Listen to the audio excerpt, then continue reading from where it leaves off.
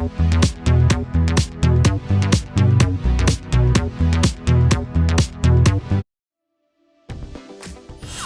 guys, welcome back to the YouTube channel. It's Big Tone here and I have a special guest today. I'm going to be doing an interview and probably be a part of the series.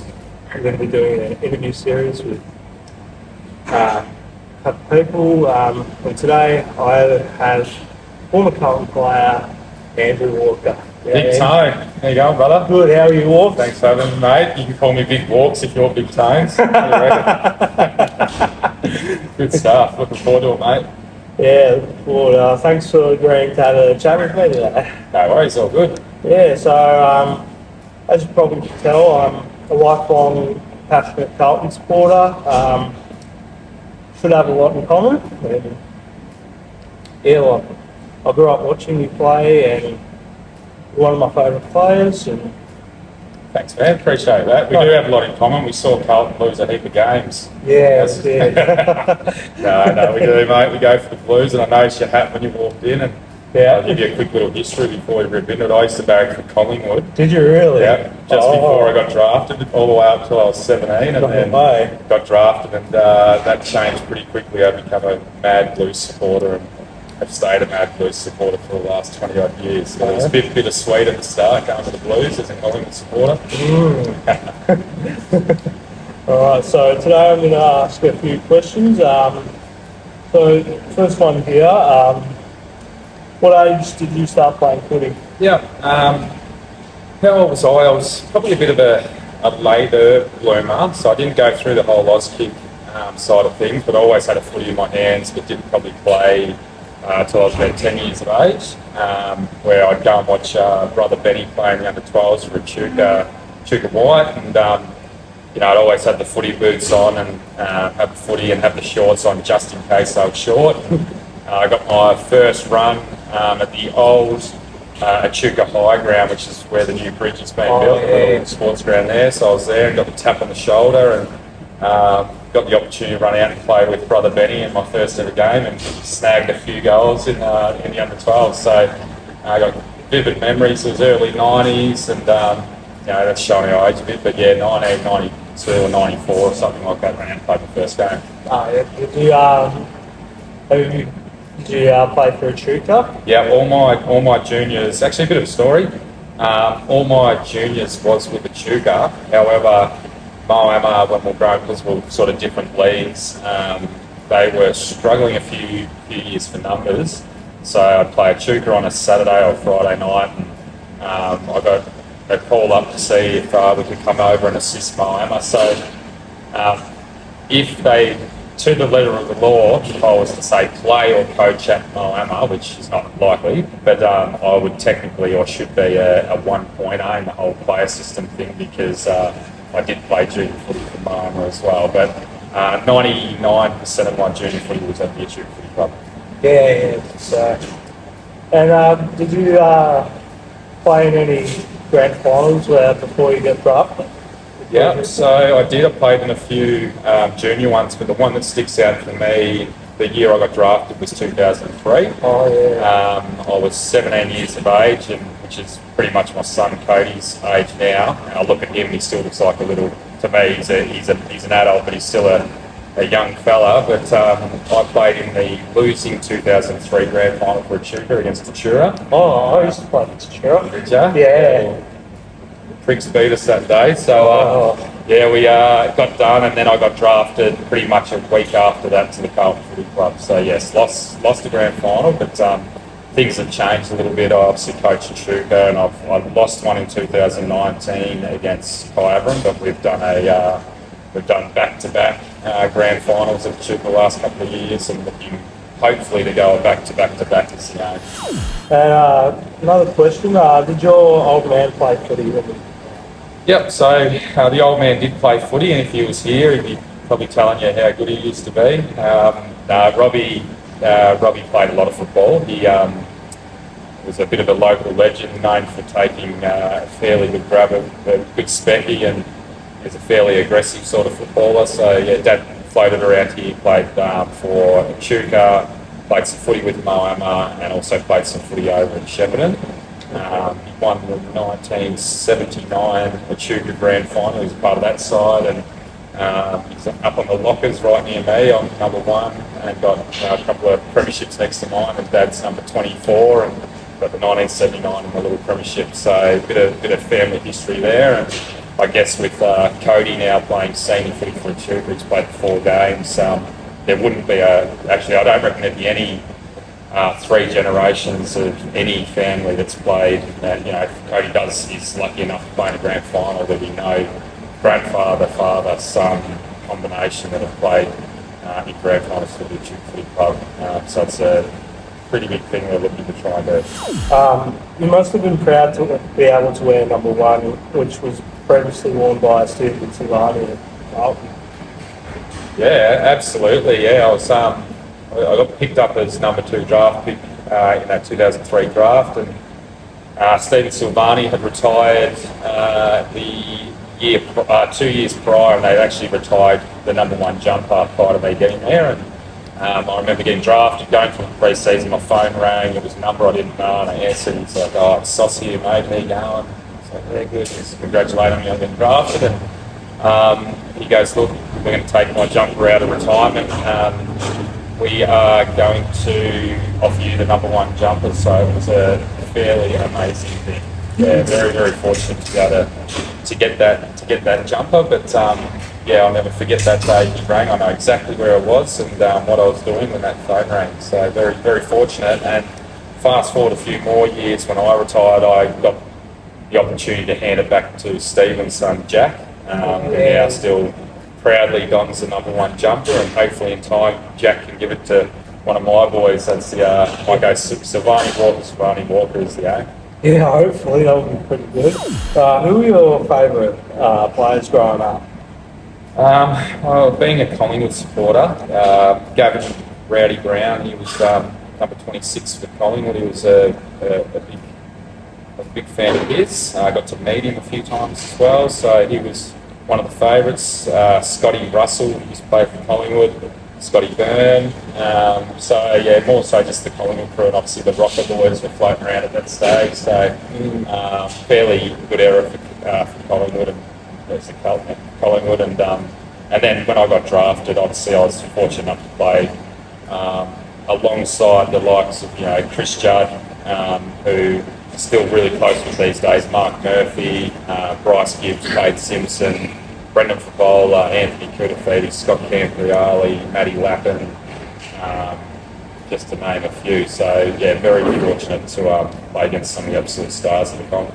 Yeah, pretty good back then. I remember watching all of these on TV or at the footy, and I was just idolised like boys. And appreciate that. No, it was an amazing time to get drafted. And I think when you and I met, you were 16 years of age, and I would have only been into maybe year 6 or 7 of the club. But at that stage, I was playing alongside our midfield. At that stage was as strong as ever. Chris Judd, Andy Carazzo, Bryce Gibbs. I miss a few here, but Matty Cruz, run around the Bruck, just to name a few. But yeah, very, very good era of Carlton footballers.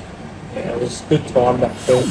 How's your knee going now ever since that injury in 2014? Yeah, my knee was not from an actual incident. My knee was just from ongoing wear and tear from the rigours of AFL football, but that's what ultimately retired me from the AFL. And since sort of toning down the football and getting some proper treatment on the knee, I was able to come back and play 6 seasons with Echuca, 82 games, and now I've retired. The knee's pretty good. I'm back running and everything. So, like everyone, mate, we play sport and we ride motorbikes, or we're lads from the country, and everyone gets around with battle wounds, and that's my industry. I know some blokes that are shearers that have been doing that for a long time, they've got pretty worn out bodies too. So everyone's got their own stories, mate, but I'm good these days. Yeah, it's good that your knee's going well. After retiring from AFL, you must have been pleased to come home to Echuca and play for play for them again and win the flag thing? Absolutely, yeah. Moved home. I had 1 year as a coach for the Carlton Footy Club. Got offered to stay on for 3 more years there, and decided that my time in Melbourne at that stage was done, and I was sort of not sick of the AFL system, but I'd done it for sort of 14 years. And I guess any industry, 14 years is a long time in the one place. So I decided that I had 3 kids, wanted to move home and sort of start fresh again, coming back to my roots and being a country boy again. So we moved home in 2018, and that's when I took over at the helm of the Echuca Footy Club with a good mate of mine, Simon Maddox. We're basically been since. So this is my last year of coaching there, and it's been 7 years, which a bit of history makes us the longest standing Echuca coaches ever at 7 years. And prior to that, it was 6 years that a couple of the coaches have lasted. So 7 years is a fairly good stint at country level, and put the cue in the rack now and just go down there and enjoy watching the boys from this point on. Yeah, it is pretty good. How's Cody been with his footy at the moment? Yeah, good. Cody's handling it all really well, and I think actually both the boys are handling it really well. So I've got 2 young fellas that are high performing at the minute with both their football and basketball, and obviously they cop a fair bit of attention and opinion because they're sort of father sons coming through. And both boys, I think the move back to the bush was the best thing for us. We for those 2 boys, so they got back and they really got back into they're both young Indigenous, both Koori boys that wanted to get back to the bush and really enjoy the country life. They're both mad fishermen, mad hunting and mad camping. So being able to disconnect from sport is probably the most important thing when you are a high performing sports person. Every single one of those people need an outlet. For me and my boys, it's getting out bush and staying really true to our roots and coming back nice and refreshed, and hopefully holding a big meter cod in our arms and just enjoying that part of our life. So the boys both handling it really well, both high performing, and both had some really early successes with their chosen sports. Oh, that's good. Yeah, heard they're going pretty well. Wait, Cody, how old is he? Is he getting drafted this year? Or? So Cody's 16 and he's eligible for the 2026 draft. So he's eligible also for the Carlton Father-Son Next Generation Academy. He's also eligible for the Richmond Football Club NGA due to his Indigenous background, Aboriginal heritage. So when you moved back to Echuca, didn't you open Gravity Shack? Yep, so that was our first little thing we wanted to do. There was a little gap in the market. Obviously, having kids myself, I'd seen how busy play centres get, so we decided to build Echuca's very first major indoor play centre, which is still going really well these days. We sold it 3 years ago now, and really great to see that a business that we brought to town is still sort of kicking goals these days, and it's been a really good community hit for from ages all the way from 4 all the way through to parents. The parents seem to have the most fun in there, but it's been a great little for me opportunity to get myself into understanding the business world, the commercial world, and which sort of led me into doing bigger business, and but a very good experience and a thing that I always drive past and feel really proud about. Yeah, so another big question here.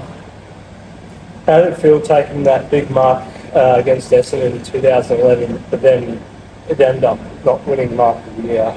Have you ever been up on a scissor lift before? No. Okay, so it sort of feels like that. No, I was in the right place at the right time. Knew how my teammates play. So Mitch Robinson picked up the ball in the wing. He was a long kicking. He was very rarely to try and kick it short. So I darted back to the goal square, knowing that Mitch was a long kicking midfielder, and had the sitting duck step ladder Jacob Carlisle just sitting there right in front of me, and it was very attractive to sit up on his shoulders. So right place, right time. But about 5 minutes before, do you notice I had the headband on? Yeah. Yeah, I like to tell people that happened because I hit my head on one of the light poles up on the way up on that mark. But I'd actually actually clashed heads with Captain Mark Murphy 5 minutes before it, and I'd run off the bench, had it all taped up, and Brett Ratton came over and he goes, "Walks, you need to stop going for hangers. You've gone up for about five today and haven't taken one." I was like, yep. Strap my head off, and I'd run straight off the bench and took that hanger. And I think after it, you see Brett Ratton going, "Oh," like that. And I don't know whether it's because he was angry at me or because couldn't believe the size of the hanger. So yeah, right place, right time. 95,000 people at the MCG watching Carlton and Essendon, and what a time to take a hanger, I guess. Yeah, it was probably the best hanger I've ever seen in my life. The best hanger you've ever seen, isn't it? Very good. But then it didn't even get awarded back in the year though. What do you reckon? Yeah. Should it have been? Yeah, it should have been. Yeah. Well, we'll go with that. Maybe we'll get you on the panel instead of the guys that were on it, so I could have won it. But the other fellow that won it was Andy Cracker that year, which is another good Aboriginal fellow that I knew really well. So no hard feelings. So he won the AFL Hungry Jacks Mark of the Year, and I won the People's Choice, which is voted through all the radio stations. So I was I hold that sort of more. That's more realistic to me because the AFL Hungry Jacks was decided by 3 AFL panel members from Richmond, Essendon, and Hawthorn. So the coloured footballer was never going to stand a chance there. But the players, the People's Choice was voted by fans and whatnot in the AFL. So thousands of votes casted, and thankfully I come out on top and won the People's Choice. I think that's all we have with the questions I've got today. Beautiful. Oh, it was. Sorry. How'd we go? Yeah, good. We nailed it. Yeah, I don't reckon there's a spot in media for you. You should start really honing in and give it a crack. Yeah, I'll give it a try. I'll see how I go. You have to send me the details to your YouTube clip so I can watch it when you release it. Yeah, I'll send you the channel. You can watch it. Just search up my name and then you'll see most of my videos there. Beautiful. Yeah, it's all easy. Thanks for having me, mate. No worries, mate. Thanks, brother. Thanks, Good job. Thanks, Walks.